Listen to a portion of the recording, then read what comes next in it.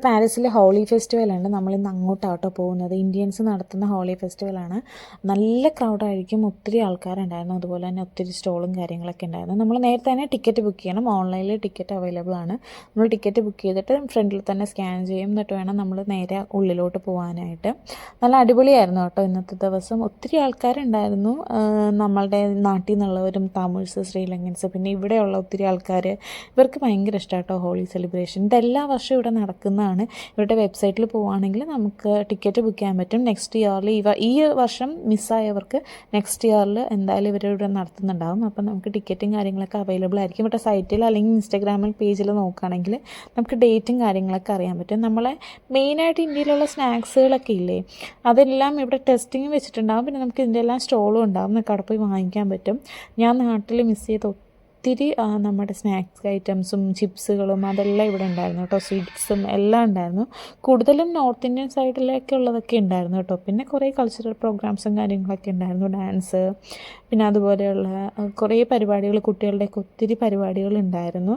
പിന്നെ മെയിനായിട്ട് ഇവരുടെ ഹോളി ഫെസ്റ്റാണ് നമ്മുടെ ഹോളിയുടെ കളർ ഇടുന്നത്. അതും ഒരു സെപ്പറേറ്റ് സ്റ്റേജ് ഉണ്ടായിരുന്നു. അത് ഏറ്റവും ലാസ്റ്റാണ് കേട്ടോ. അതിൻ്റെ ഒരു ഉച്ച കഴിഞ്ഞിട്ടൊക്കെയാണ് അത് സ്റ്റാർട്ടാകുന്നത്, DJ ഒക്കെ വെച്ചിട്ട്. നല്ല അടിപൊളിയായിരുന്നു അതും.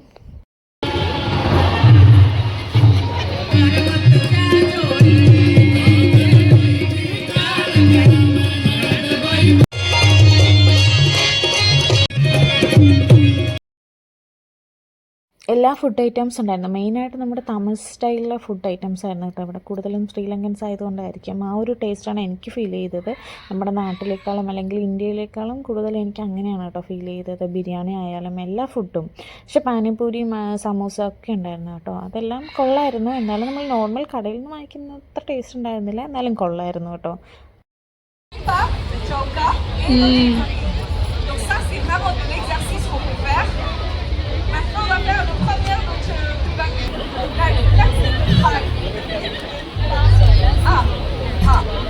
പുള്ളിക്കാരി അവിടെ വന്നവരെയൊക്കെ ക്ലാസിക് ഡാൻസ് പഠിപ്പിക്കുക കേട്ടോ. അതിൻ്റെ ഓരോ സ്റ്റെപ്പുകളൊക്കെ പഠിപ്പിക്കുക കേട്ടോ. ഈ ഫോറിനേഴ്സിന് ഭയങ്കര ഇഷ്ടമാണ്. ഒത്തിരി ആൾക്കാർ അവിടെ നിന്ന് പഠിക്കുന്നുണ്ടായിരുന്നു കേട്ടോ അത് ഓരോ സ്റ്റെപ്പുകളും.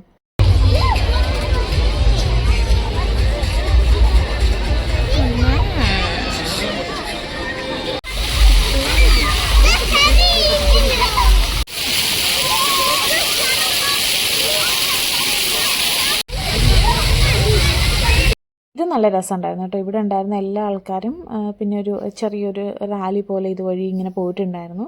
ഇവിടെ എല്ലാ പ്രോഗ്രാംസും അവതരിപ്പിച്ച ആൾക്കാർ ഇതുപോലെ ഇങ്ങനെ ഒരുമിച്ചിട്ട് നമ്മുടെ ഇന്ത്യൻ കൾച്ചറുമായിട്ട് റിലേറ്റ് ചെയ്ത എല്ലാ പ്രോഗ്രാംസും ഇവിടെ ഉണ്ടായിരുന്നു കേട്ടോ. നല്ല രസമുണ്ടായിരുന്നു.